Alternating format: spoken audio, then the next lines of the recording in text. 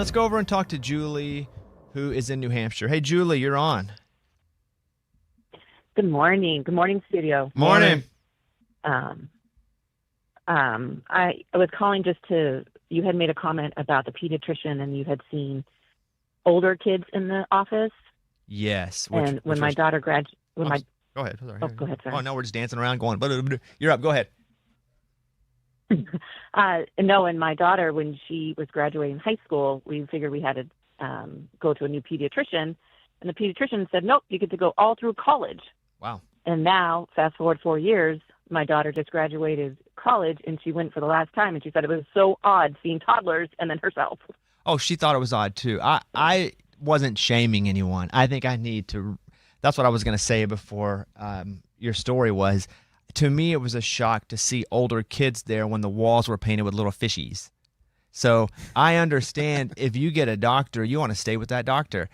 I had never been to a pediatrician. I didn't go to one as a kid, and we were going with our baby, and so it was a baby, and I saw another baby, and then I saw like a 16-year-old boy with a mustache, and I was like, something feels a little off here. But what I've learned is, because my life is just that, always learning, is that you go until you can't go anymore. You kind of age out of the pediatrician. What's the difference? Like, does the doctor only know what's up with people till they turn 18 or like? My understanding is these doctors specialize in child medicine.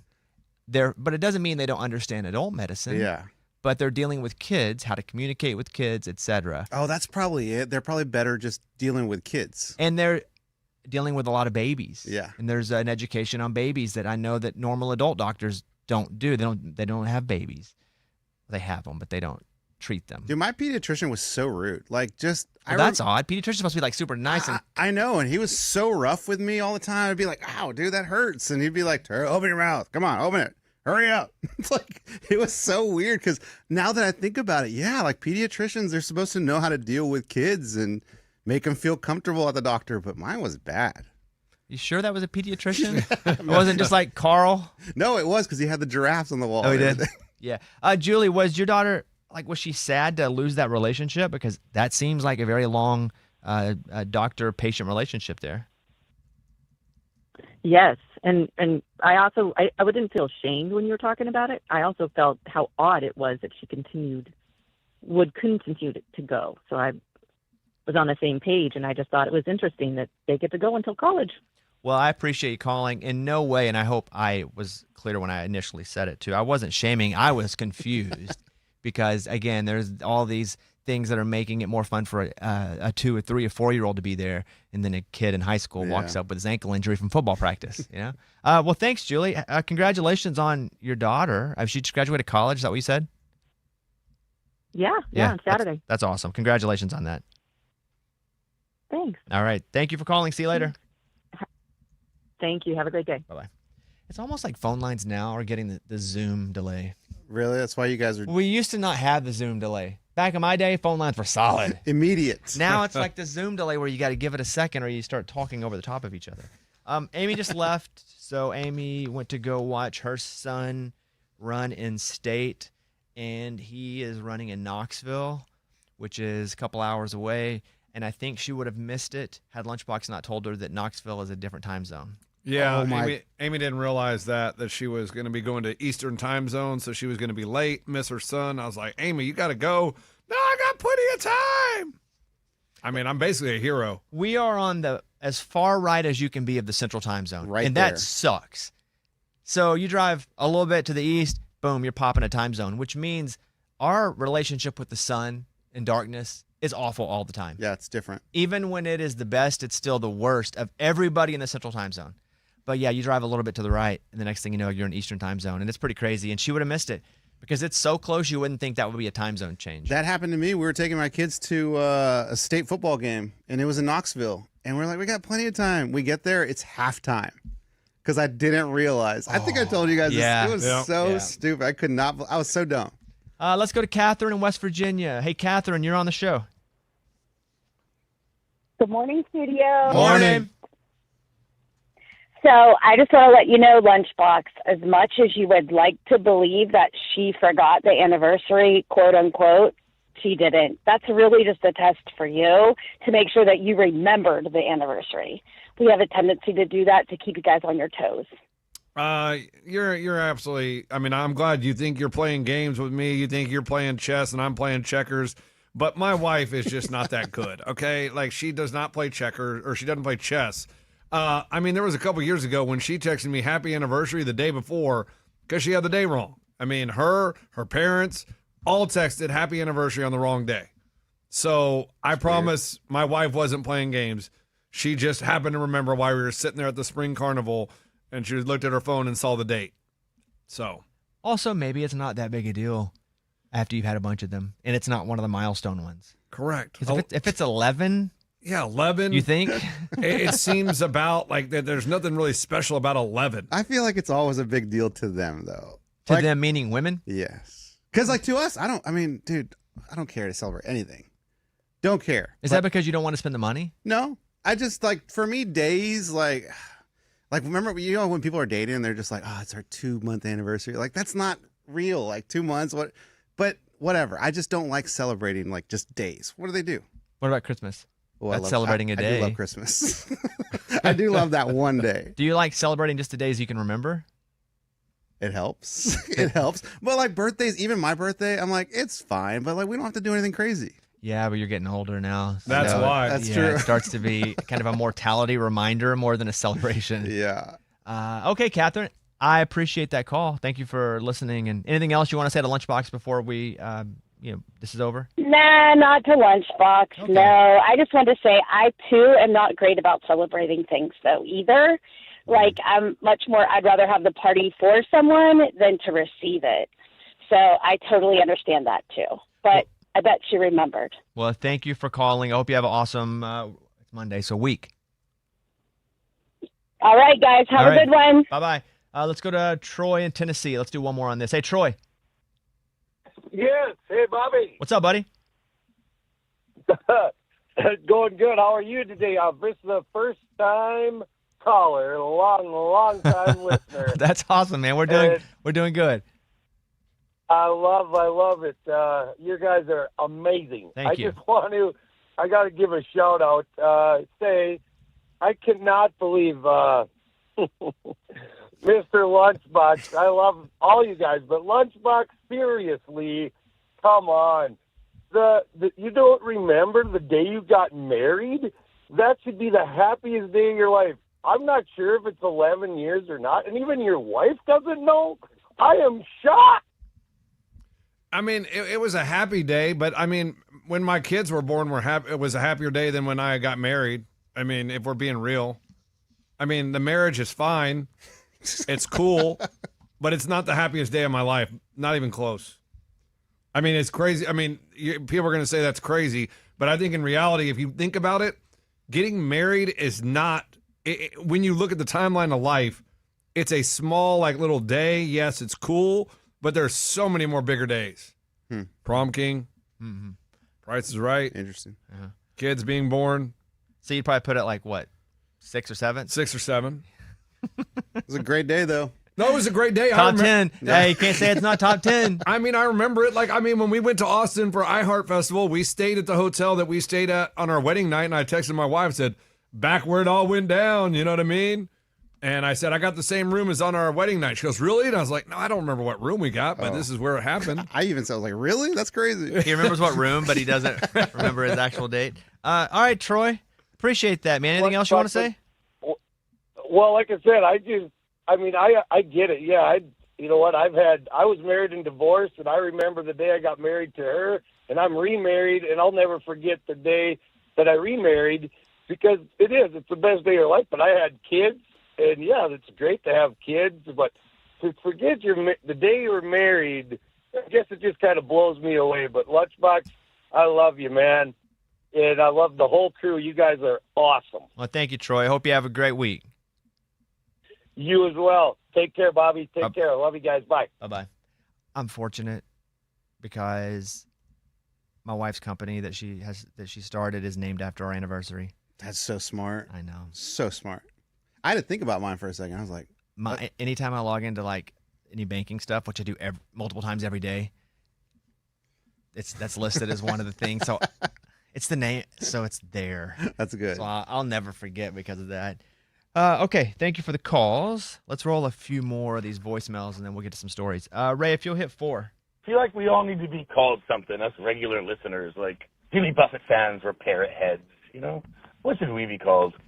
It's a great question. And so if you listen to the show regularly, you are a B team member because that's, a lot of us didn't get picked first. We didn't make the A team. And then also the show starts with B. So you could be a new listener and not know that. I haven't really said that a whole lot. Maybe I should. So it feels like everybody's part of the team. But yeah, if you are a regular listener, you are part of the B team. You have to do nothing except just listen and be nice to people. That's the membership. Unless you want to pay a fee. Then I can figure, we can do a fee if people want to pay a fee. All right, next up. Hey, I just want to say thank you, Bobby, for explaining why you have the Tell Me Something Good podcast. I really hated the fact that it was broken to 3, but after your question, facts, and in the weeds explanations, it makes sense now. So I just want to say thank you because I hated your guts until now I understand the reasoning. Thank you very much. Boom. In the weeds is what the term is. What I would say a lot of the times is like inside baseball, but that's very much baseball, very much an analytics thing. Yeah. But in the weeds is the thing that I should call that. Because I think I called it. I didn't call it in the weeds, did I? Mm-mm. What did I call that podcast? Because I do over on, well, it was the Bobbycast YouTube channel. We can't put those up anymore because they all go on Netflix now. But it's at Bobby Bones channel. I did like a frequently asked question, FAQs. Yeah, that's what you called it. Behind the scenes, maybe something like that. In the weeds, that's a good one. But then it sounds like weed. No, it doesn't. Okay, you don't think no, so? No. I'm thinking too much about it. Yes. All right, next up. Hey guys, I was catching up on the podcast and heard you talking about Alcatraz and the likelihood of people swimming and escaping from the island, and wanted to know if you knew it's an official swim that anyone can sign up and go do, which is on my bucket list. So who from the show wants to swim from Alcatraz? Bye. I do not. It's cold, it's long, and there are some sharks. Right. But one of the things that made that swim a little trickier than just us doing it, it was also at night. It had to be timed out exactly right. I'm sure all the conditions have to be right for you to just attempt that swim, and there are boats beside you, etc. Yeah. I'm good. Oh, it's here. Mike pulled it up. Holy crap. So is it like a yearly swim or like something you just pay to go, like, I want to swim? Yeah, I think it's like a competition. Okay. There's weekly swims, it says. Weekly. Wow. Mike, what do you see there? I see there's one official one coming up on August 8th. 2-mile casual swim. Casual. It says Alcatraz to Angel Island. August 8th is the next one. An unforgettable and scenic 2-mile casual swim to North Angel Island, often billed as the original escape route. Angel Island is, remember I did the story about the coyote? That's where the coyote was swam from. So I guess the coyote was doing a casual swim. It costs a casual swim coyote $295. 35 swimmers is all they take. Huh. And there's a big boat that goes beside it. Obviously, I'm just looking at it here. The water is from 55 to 60 degrees Fahrenheit. They say which adds an extra layer of excitement. Yeah, right. I bet if you do that, though, you're in a wetsuit. And I would think so. They didn't get a wetsuit. No, they had their prison The criminals. stuff off. Yeah. And maybe you don't get a wetsuit, but also that swim from Alcatraz, I'm looking at it here, it goes to Angel Island, which is not the main land. Right, not San Francisco. Right. Which they don't know where they tried to go. Great point. They might have gone to Angel Island, but the thing is, like, they had a raft, right? Yes, but when I watched that Mythbusters on it, they don't think the raft would have made it. They thought the raft was a hindrance more than it was something that was a benefit to them. Okay. Because of how fast the waters were going. Again, I only watched the Mythbusters, so I'm not going to act like I'm an expert on it. And I've only watched the movie. But they did. Old movie. Clint Eastwood. No idea. Yeah, it's so good. But it's like from the 70s. In season 2, episode 8 of Mythbusters, this is the one I saw. Adam Savage and Jamie Heineman successfully tested the infamous 1962 Alcatraz escape using a replica raft built from 30 raincoats. I didn't know they built their own raft. That's crazy. I guess, how would they get one then? Yeah, they had to build it. They accurately retraced the prisoner's path and proved that escaping from the island in a homemade boat is plausible. So, yeah. All right, there you go. Thank you for that voicemail. You guys can leave us one anytime. 877-77-Bobby. Okay, that's calls. That's voicemails. I can do some ACM winners from last night. Full disclosure, I didn't watch all of it. I watched little bits of it. I got taken off this season for 2 reasons. One, because they said that I'm on Netflix now. That was a competitor. Oh, conflict of Prime. Huh. They could have just said that to kick me off, like they needed a nice reason. But whenever they were coming back and they were kind of filling out the people that were doing the show, they were like, hey, I think a little bit they feel like that what we do is like a competitor of Amazon Music anyway. But then Amazon Music just sent me a deal today. Like, do you want to like voice it? Really? Yeah. Like, would you do like endorsements? Which is weird. So the second thing was you're also on Netflix and this is on Prime. So we feel like it's a competitor. So I didn't do it. So a little bit I was like butthurt. So I didn't initially start by watching it, but then I got some texts going, hey, are you watching this? And they had highlighted a couple really good performances, and one they said was terrible. And I was like, well, I got to watch this. I got to flip it on.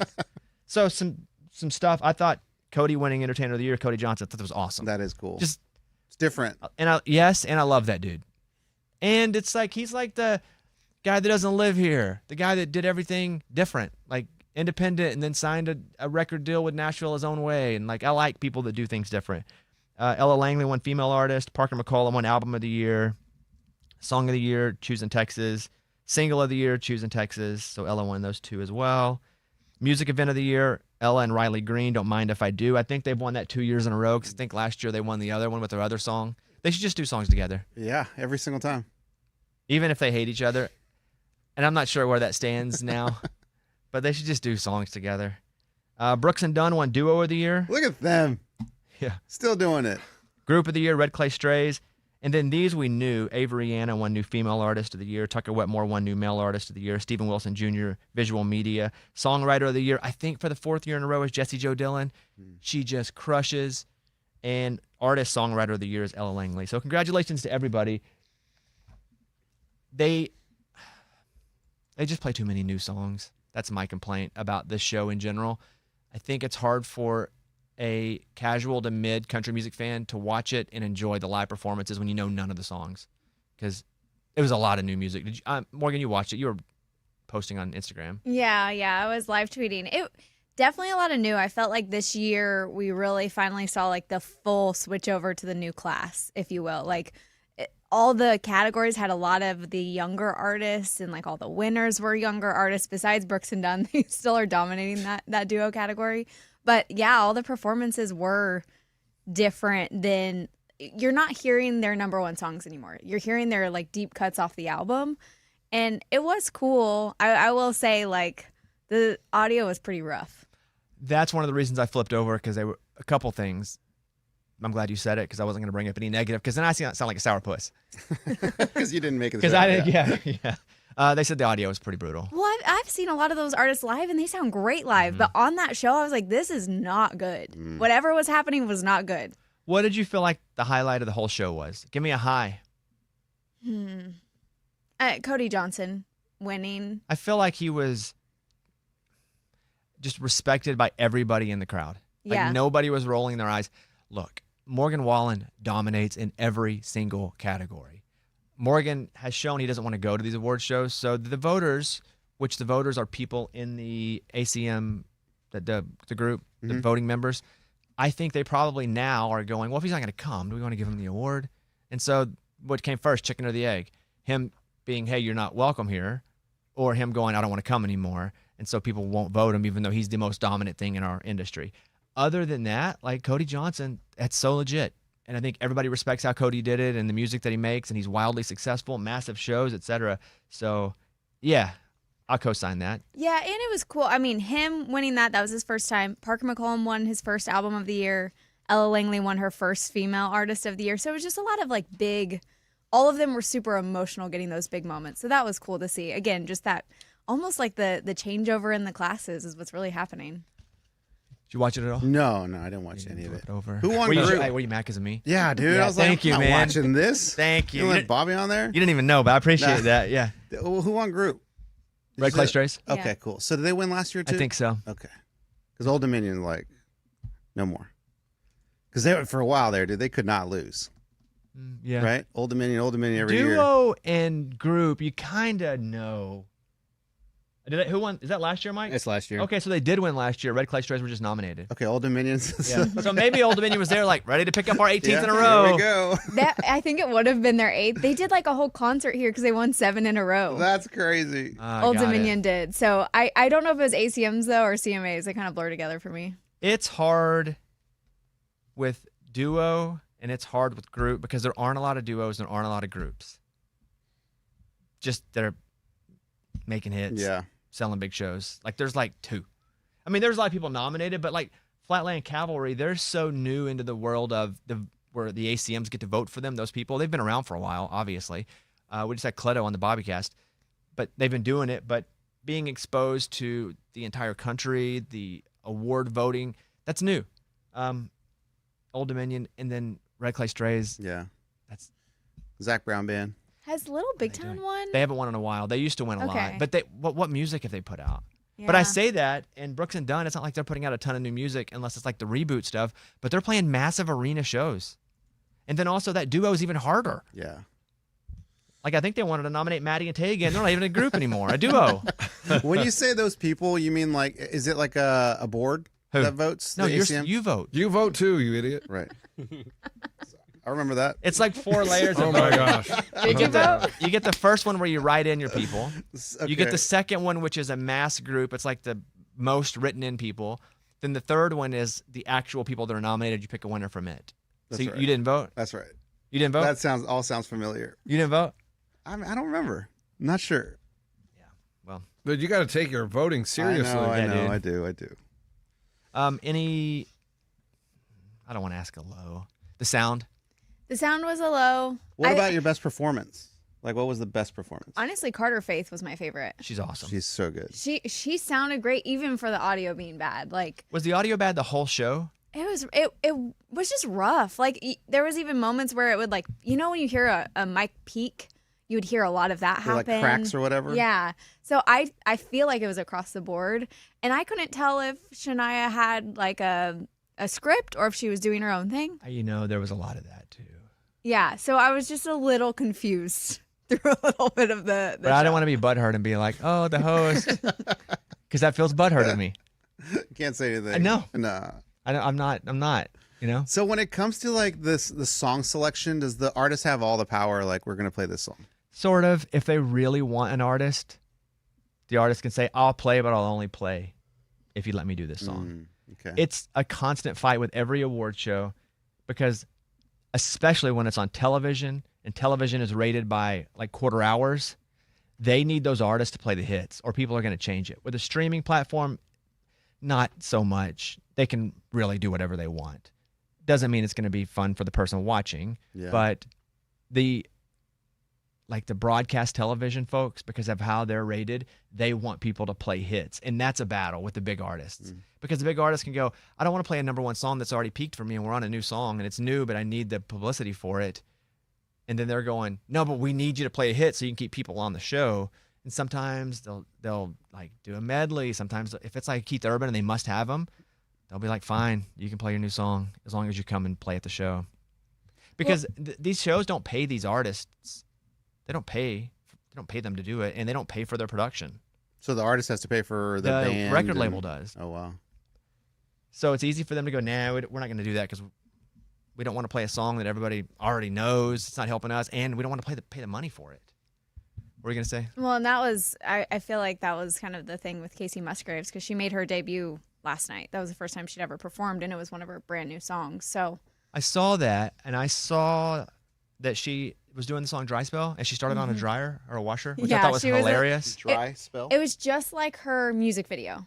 She kind of recreated her music video. So, okay. Okay, dry spell means she hadn't got it on in a long time. That's what the song's about. Yeah. And one of the old school things they would say is if you go and you sit on the dryer, it like as a woman, it like makes you. Oh, I didn't know. I didn't put that together. Yeah. I did not connect that dot. either. Wow. Did you put that together, Mike? Oh, yeah. Yeah, me too. I thought it was hilarious. That's funny. But she's kind of been like, screw everybody. I'm going to do it my own way for a long time. So it was interesting to see her do an award show, which is cool. I'm a big Casey music fan. So that was awesome. Where was it? Was it in Texas? No, it was the first time in Vegas in wow. years. Oh, Yeah. man, we should have been invited. Should have. I got invited to go and present an award. Yeah. But you have a baby, dude. Yeah, and then they took me off being like the main because I'm a competitor, which I also thought was weird. Like I get to present as a competitor, but not. No, I'm just telling you, there's a lot of wires crossed here. All right. The guy who threw the rock at the seal is now being hit with federal charges. Good. They should put him out in the water and have somebody throw rocks at him. Ooh, everyone. And see how he likes it. Yeah, especially because he was like, "Oh yeah, arrest me. I'll pay a fine." Yeah, that whole thing was bizarre. That was your story, right? Yeah. The fact that he was so like, all right, what are you gonna do to me? Like, I don't care. Is it because he was a real rich guy? Yeah, and he claimed like he couldn't be touched. I'm like, oh nope, you're getting touched. You're gonna be going to jail. Yes, he got beat up too. Yeah. Yeah, he did. He got beat up. Oh yeah, the guy comes out Yeah, and beats him up. Yeah. The rock thrower has now been identified as Igor Mikhailovich. So then I think he's like a Russian oligarch who's like obviously got so much money and is protected. He's not American, right? No, he's from Covington, Washington. Oh, he's American. Igor is from Yeah, America. dude. I Wow. Wow. totally missed that. Would have never That's thought. not good of me. He's been hit with a federal charge of harassing and attempting to harass an endangered monk seal. Rarely do I think about these stories when I leave the room after we do this. I thought about this for days. Like, I hate that dude. Mm-hmm. He deserves everything that's coming. If convicted, he could be hit with a jail sentence of up to 1 year, a $50,000 fine, and another $20,000 for violating the Marine Mammal Protection Act. The money's not going to affect him. He's probably not going to go to jail. But fortunately, all reports say the monk seal is doing just fine from the Department of Justice. I don't think he hit it. Did he hit it? No, he was pretty close to it though. Yeah. So, He's- and it was a big rock. It wasn't just like a small one. So he's even a bad aim. It looked like full brick rocks, though, Yeah. too. Yeah, like the big, heavy rocks. So, yeah. All right. Why don't we shut it down? Thank you, everybody. Hope you guys have an awesome day, and we will see you guys tomorrow. Amy will be back tomorrow, we think, unless something happens. Is there a Buc-ee's on the way? There is. To where Amy's going? To In Knoxville? Yes. Why? You going to hit her up and you need something? No, I just like... Beaver nuggets? Yeah. Yeah. I like Buc-ee's. Yeah, that's a good place to stop. All right, there you go.